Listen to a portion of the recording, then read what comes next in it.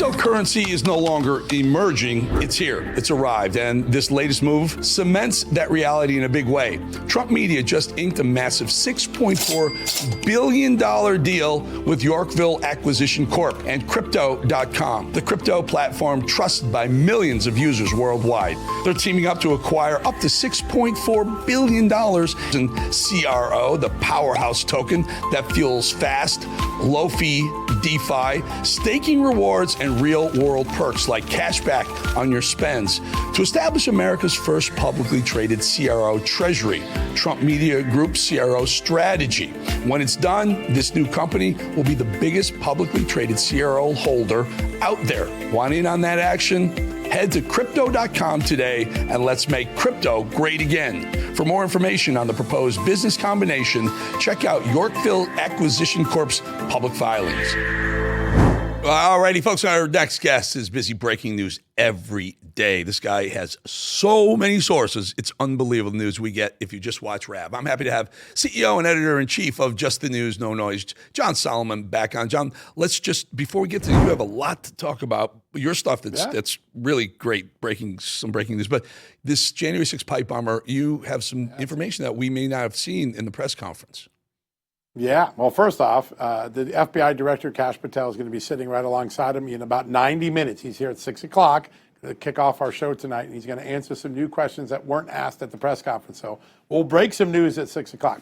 Here's what we do know. The reason this case was cracked was that the Dan Bongino, about 6 weeks ago, switched the team that was investigating it. He and Kash had talked, and they decided that they weren't getting any progress with the current team. They switched them out. They put some new AI technology to re-examine some of the evidence. And in just a short period of time, without not a single new tip, they were able to solve this case, which raises the question, why couldn't the Chris Wray FBI or the people that he left behind at the beginning of Kash Patel's era, why couldn't they solve it? But it was solved pretty quickly with a brand new team that just reevaluated the evidence and went in. What we do know about the pipe bomber is that he began buying pipe bombing-like materials back in the late 2019. And then it's really important that right around the time that the BLM riots are ramping up in D.C. and across the country in the summer of 2020, he buys some more pipe bombing materials in that June 2020 timeframe. And then there's another purchase of pipe bomb materials. He kept buying them even after January 6th. What does that tell us from a law enforcement perspective? It suggests that this man has an ideological agenda, and that maybe he was in the pipe bomb building business for more than an incident involving January 6th. And I think that's going to become very quickly. The next questions that the FBI is certainly going to ask is, who else was he working with? Who was he talking with? Did he ever get any money to buy these materials? John? May I ask a question? Please. Guessing is on a lot of people's minds right now. If it only took them a few minutes to figure this out once they switched the teams, is it possible that for the last 4 years under the Biden administration, they weren't really trying that hard to find out? That is a great question. It's going to be the first question I'm going to ask Kash Patel tonight. Listen, I think there is some real concerns that either for political reasons or political blinder reasons, there was a narrative about January 6th, and anything that didn't fit that narrative, that Donald Trump and his people were bad people, probably just fell through the cracks at the FBI. There wasn't an incentive to find someone that wasn't a Trumper. And so I think that could be one of the dominating impacts here.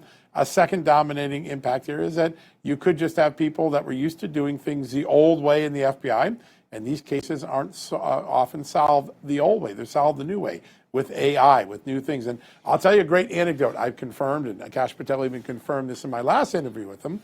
There was a lot of resistance when the Charlie Kirk assassination case was coming together and to not put out the photos of the suspect. And Kash Patel and Dan Bongino overruled the rank and file agents and said, no, we're doing it. Why? They thought once that photo was out, the father of the defendant would crack and he'd help. That was a good bet. Mm-hmm. A lot of agents disagreed with that. There were even people on the outside complaining about it. But that turned out to be a key seminal moment in making sure that Charlie Kirk's killer could be captured in less than 33 hours after the shooting. Love what they're doing. There's an old set mindset, and I think some of that is just part of this here. Well, I want to get to this a couple of minutes. I want to get to this.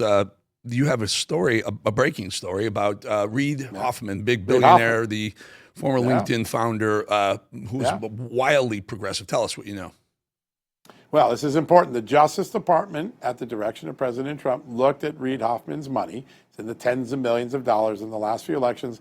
And they have concluded, it's their conclusion at the Justice Department, that he was directing money, dark money, money that's not accountable, that's not trackable, into races that would help not only candidates, which dark money is not supposed to go to, but specifically some of the senators on the Senate Judiciary Committee who have long been saying, we don't like the dark money, we want to get rid of it. So the very Democrats who have staged these things that we are against dark money, they were beneficiaries of Reid Hoffman's dark money. That is the allegation the Justice Department made. This is very rare. The Justice Department sent a letter to the Senate Judiciary Committee saying, some of your Democrats on your committee are beneficiaries of dark money. And they go around all day saying they're against dark money, but they benefited from it, and they benefited it specifically from Reid Hoffman. And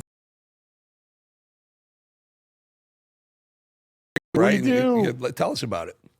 She's sitting in my office right now. Liz Truss, the former British Prime Minister, is going to launch a show starting tomorrow night, and it's going to be a doozy. Right from the beginning, we're going to help America understand that London is falling down, that there's a deep state in Europe, and if you want to see what the Democrats want America to look like, she's going to put a looking glass up, and you're going to see in Europe what the Democrats' plan is for America. It's going to be disturbing, it's going to be fun, it's going to be sassy, and I can't think of a better new host to bring into the Just the News Network family. So we're really excited. Well, congratulations on that, John. There's so many more things that you're going to break probably later on this evening. Again, folks, Kash Patel is going to sit with John Solomon for we're going to get a lot more information. We're going to get a lot more news out of Just the News. No noise. John, thank you for your time. Appreciate you. Great to be with you. Love your show, Eric. Thanks. Thank you, John. All right, folks, we'll be back. 2.5